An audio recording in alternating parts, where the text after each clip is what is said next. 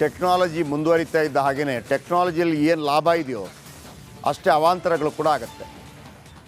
ಕೆಲವರೆಲ್ಲ ನಿಮಗೆ ಗೊತ್ತಿರ್ಬೋದು, ಈ ಫೆವಿಕಾಲ್ ಆ ಸ್ಮೆಲ್ಲನ್ನೆಲ್ಲ ಸ್ಮೆಲ್ ಮಾಡ್ತಾಯಿದ್ರು. ಒಂದು ರೀತಿಯಲ್ಲಿ ಪೆಟ್ರೋಲ್ ಸ್ಮೆಲ್ ತಗೊಳ್ಳೋದು. ಈಗ ನೋಡಿ ಆ ಡೀಪ್ ಫೇಕ್ ಇದೆಯಲ್ಲ, ಮಕ್ಕಳ ಬ್ಯಾಗಲ್ಲಿ ಸಿಗರೇಟ್ ಕಂಡು ಬಂದಿತ್ತು, ಗರ್ಭ ನಿರೋಧಕ ಕಂಡು ಬಂದಿತ್ತು. ಇದೀಗ ಡೀಪ್ ಫೇಕ್ ಯಾರು ಆಗೋದಿಲ್ವೋ ಅವರ ಡೀಪ್ ಫೇಕ್ ಮಾಡಿ ಇಂಟರ್ನೆಟ್ಗೆ ಹಾಕ್ಬಿಡೋದು. ಮಕ್ಕಳ ಹಕ್ಕುಗಳ ಆಯೋಗಕ್ಕೆ ದಾಖಲಾಗ್ತಾ ಇದೆ ತುಂಬ ದೂರು. ಚಾಮರಾಜಪೇಟೆ ಖಾಸಗಿ ಶಾಲೆಯಲ್ಲಿ ನಡೆದಂಥ ಘಟನೆ. ಸಹಪಾಠಿಯ ಫೋಟೋ ಮಾರ್ಫ್ ಮಾಡಿ ಬುಲ್ಲಿಂಗ್ ಅಂತಾರೆ ಇದನ್ನು. ಮಾರ್ಫ್ ಮಾಡೋದು, ಯಾವುದೋ ದೇಹಕ್ಕೆ ಯಾವುದೋ ತಲೆ ಅಂಟಿಸೋದು. ಎಸ್ಪೆಷಲಿ ನಿಮ್ಗೆ ಗೊತ್ತಿರ್ಬೋದು, ಇತ್ತೀಚೆಗೆ ಚಿತ್ರನಟಿಯರ ಅನೇಕ ಡೀಪ್ ಫೇಕ್ಗಳು ದೊಡ್ಡ ಮಟ್ಟದಲ್ಲಿ ಚರ್ಚೆ ಆಗಿತ್ತು. ಏನು ಹೇಳ್ತಾರೆ ಕೇಳಿಸ್ಕೊಳ್ಳಿ.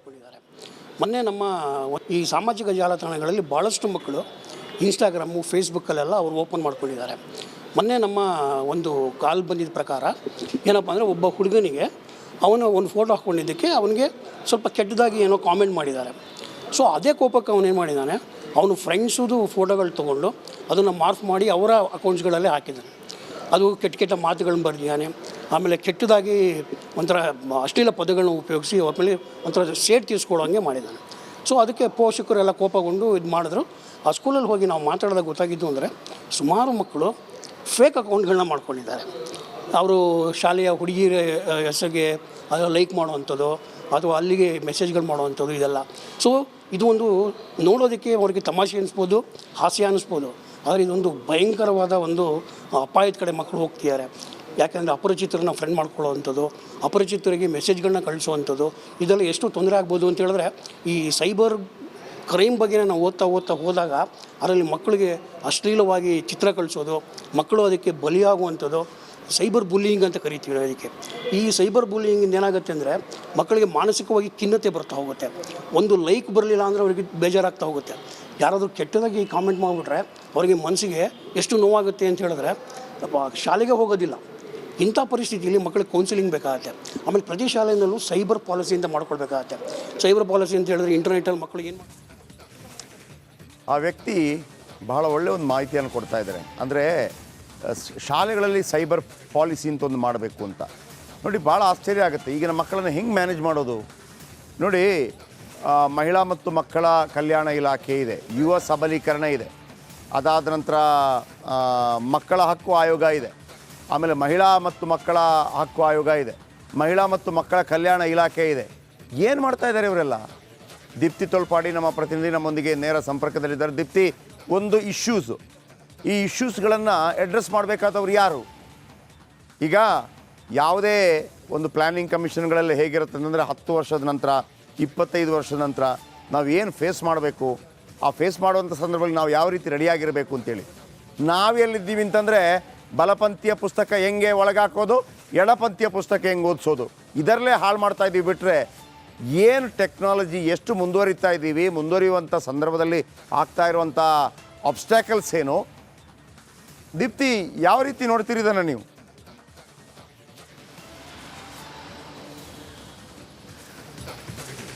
ಜೆ.ಪಿ. ಸರ್, ಎಲ್ಲೋ ಒಂದು ಕಡೆ ಮಕ್ಕಳು ತುಂಬಾನೇ ಅಪ್ಡೇಟ್ ಆಗಿದ್ದಾರೆ, ಆದರೆ ನಮ್ಮ ಶಿಕ್ಷಣ ವ್ಯವಸ್ಥೆ ಮಾತ್ರ ಇನ್ನೂ ಕೂಡ ಓಬಿರಾಯನ ಕಾಲದಲ್ಲಿದೆ. ಅಂದ್ರೆ ಇತ್ತೀಚೆಗೆ ಕಾಂಡಮ್, ಸಿಗರೇಟ್ ಮಕ್ಕಳ ಬ್ಯಾಗ್ನಲ್ಲಿ ಪತ್ತೆಯಾದಂತಹ ಸಂದರ್ಭದಲ್ಲಿ ಶಿಕ್ಷಣ ಇಲಾಖೆ ಎಚ್ಚೆತ್ಕೊಳ್ಬೇಕಾಗಿತ್ತು. ಯಾವ ರೀತಿಯಾಗಿ ಮಕ್ಕಳು ಎಕ್ಸ್ಪೋಸ್ ಆಗ್ತಾ ಇದ್ದಾರೆ, ಸೈಬರ್ ಇರ್ಬೋದು ಅಥವಾ ಇಂಟರ್ನೆಟ್ಗೆ ಹೇಗೆ ಅವ್ರು ಎಕ್ಸ್ಪೋಸ್ ಆಗ್ತಾ ಇದ್ದಾರೆ ಅಂತ ಈ ವಿಚಾರದಲ್ಲಿ ಒಂದಿಷ್ಟು ಪಾಲಿಸಿಗಳನ್ನ ತರುವಂತಹ ಅಗತ್ಯತೆ ಇದೆ. ಆದರೆ ಶಿಕ್ಷಣ ಇಲಾಖೆ ಇದರ ಬಗ್ಗೆ ತಲೆ ಕೆಡಿಸ್ಕೊಳ್ತಾ ಇಲ್ಲ. ಯಾವ ಪಠ್ಯವನ್ನ ಕೈ ಬಿಡಬೇಕು, ಯಾವುದನ್ನ ಎತ್ಕೊಳ್ಬೇಕು ಅನ್ನೋ ಚರ್ಚೆ ಮಾಡುವಂತಹ ಶಿಕ್ಷಣ ಇಲಾಖೆಗೆ ಈ ಮಕ್ಕಳು ಯಾವ ರೀತಿಯಾಗಿ ಶಿಕ್ಷಣವನ್ನ ಪಡಿತಾ ಇದ್ದಾರೆ ಅನ್ನೋದ್ರ ಬಗ್ಗೆ ಕಿಂಚಿತ್ತೂ ಕೂಡ ಕಾಳಜಿ ಇಲ್ಲ ಅಂತ ಇಲ್ಲಿ ಸ್ಪಷ್ಟವಾಗಿ ಕಾಣುತ್ತೆ. ಇನ್ನು ಈ ಸೈಬರ್ ಬುಲ್ಲಿಂಗ್ ಇತ್ತೀಚೆಗೆ ಪ್ರೈವೇಟ್ ಸ್ಕೂಲ್ಗಳಲ್ಲಿ ತುಂಬಾನೇ ಜಾಸ್ತಿ ಆಗಿದೆ. ತನ್ನ ಫ್ರೆಂಡ್ ತನಗೆ ಇಷ್ಟ ಆಗಲಿಲ್ಲ ಅಂತ ಹೇಳಿದ್ರೆ ಸೀದಾ ಫೇಸ್ಬುಕ್ನಲ್ಲಿ ಅವನ ಒಂದು ಅಕೌಂಟ್ನಲ್ಲಿ ಫೇಕ್ ಅಕೌಂಟನ್ನು ಕ್ರಿಯೇಟ್ ಮಾಡುವಂಥದ್ದು, ಜೊತೆಗೆ ಫೋಟೋಗಳನ್ನು ಮಾರ್ಪಿಂಗ್ ಮಾಡಿ ಈ ಮೂಲಕ ಸೈಬರ್ ಬುಲ್ಲಿಂಗ್ನ ಮಾಡುವಂತಹ ಪ್ರಕರಣಗಳು ಜಾಸ್ತಿ ಆಗ್ತಾ ಇದೆ. ಚಾಮರಾಜಪೇಟೆಯ ಪ್ರೈವೇಟ್ ಸ್ಕೂಲ್ನಲ್ಲಿ ಒಂದು ಪ್ರಕರಣ ಕೂಡ ಈಗಾಗಲೇ ದಾಖಲಾಗಿದೆ. ಕೇವಲ ಬೆಂಗಳೂರಿನ ಚಾಮರಾಜಪೇಟೆ ಮಾತ್ರ ಅಲ್ಲ, ಕಳೆದ 3 ಅಂದರೆ ಬೇರೆ ಬೇರೆ ಶಾಲೆಗಳಲ್ಲೂ ಕೂಡ ಈ ರೀತಿ ಸೈಬರ್ ಬುಲ್ಲಿಂಗ್ ನಡೀತಿರುವಂತಹ ವಿಚಾರ ಶಿಕ್ಷಣ ಇಲಾಖೆಗೂ ಕೂಡ ಗೊತ್ತಿದೆ. ಆದರೆ ಈ ಒಂದು ಬಗ್ಗೆ ಕ್ರಮ ತಗೊಳ್ಳೋದಕ್ಕೆ ಎಜುಕೇಷನ್ ಮಿನಿಸ್ಟರ್ಗೆ ಪುರ್ಸೋತಿಲ್ಲ ಕಾಣುತ್ತೆ. ಅದೆಲ್ಲ ಕೂಡ ಸ್ಪಷ್ಟವಾಗಿ ಇಲ್ಲಿ ಕಾಣ್ತಾ ಇರೋದು. ಜೆ.ಪಿ. ಸರ್, ಒಂದು ಒಳ್ಳೆ ಮಾತನ್ನು ಹೇಳಿದ್ರಿ. ಏನು ಗೊತ್ತಾ, ಮಕ್ಕಳು ಅಪ್ಡೇಟ್ ಆಗ್ತಾ ಇದ್ದಾರೆ, ಟೆಕ್ನಾಲಜಿ ಅವರನ್ನು ಅಪ್ಡೇಟ್ ಮಾಡ್ತಾ ಇದೆ. ಯಾರು ನಮ್ಮನ್ನು ನೋಡ್ಕೋಬೇಕಾದವರು, ಅದಕ್ಕೆ ಹೇಳೋದು ಕೆಲವೊಮ್ಮೆ ಒಂದು ಮಾತು ಬರುತ್ತಲ್ಲ, ಯೂತ್ಸ್ಗಳ ಕೈಯಲ್ಲಿ, ಯುವಕರು ಮುಂದೆ ಬರಬೇಕು ಎಲ್ಲ ವಿಚಾರದಲ್ಲೂ, ರಾಜಕೀಯದಲ್ಲಿ. ಅದೇ ಹಳೆಯ ಕಾಲದ ಆಲೋಚನೆಗಳು, ಓಬಿರಾಯನ ಕಾಲದ ಆಲೋಚನೆಗಳು ಈಗಲೂ ಕೂಡ ನಮ್ಮ ಶಿಕ್ಷಣ ಇಲಾಖೆ ಇರ್ಬೋದು, ಅದರ ಮಂತ್ರಿವರು ಇರ್ಬೋದು, ಮಹಿಳಾ ಮತ್ತು ನಾನು ಹೇಳಿದ್ನಲ್ಲ, ಎಲ್ಲಿದೆ ಈ ಮಕ್ಕಳ ಆಯೋಗ? ಅದೇನು ಮಾಡುತ್ತೆ? ಸಂಬಳ ತೊಗೊಂಡಿರ್ತಾರೆ, ಸರ್ಕಾರದಿಂದ ಫೆಸಿಲಿಟೀಸ್ ತಗೊಂಡಿರ್ತಾರೆ. ಯಾರ ಜವಾಬ್ದಾರಿ ಇದು ತಿದ್ದಿ?